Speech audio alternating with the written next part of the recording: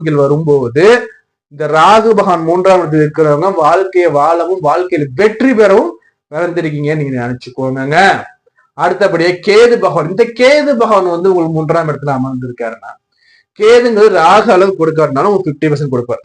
கேது ஞானக்காரகம். அப்படி வரும்போது என்ன பண்ணு, ஏன் எதுக்குன்னு கேள்வி கொடுக்கும். 3ஆம் இடத்துல கேது இருக்க எல்லாருமே ஏன் எதுக்குன்னு கேள்வி அவங்ககிட்ட இருக்கும். ரகசிய நடவடிக்கைகள் இருக்கும். அதே மாதிரி பாத்தீங்கன்னா வேற்று பாலினர் இடத்துல அவங்ககிட்ட ஒரு நல்ல உறவு முறை இருக்கும். ஆனா அந்த பெண் பெண்ணா இருந்தா, இப்ப ஒரு ஆண்னா நிறைய தோழிகள் இருப்பாங்க, பெண்ணா நிறைய தோழர்கள் இருப்பாங்க. இது ஒரு பக்கம். இன்னொரு பக்கம் பாத்தீங்கன்னா வந்து ஒரு சில தகாத உறவு முறைகளை ஏற்படுத்துறதுக்கு வாய்ப்பு நிறைய இருக்கும்போது இங்க சுய ஒழுக்கத்தை நீ கடைபிடித்தே தீர வேண்டும். 3ஆம் இடத்துல கேது எல்லாருமே சுய ஒழுக்கத்தை கடைபிடித்தே ஆக வேண்டும் என தூண்டுவாங்க. இந்த கிரக அமைப்பு இருக்கும்போது அந்த தசாபுத்தி கால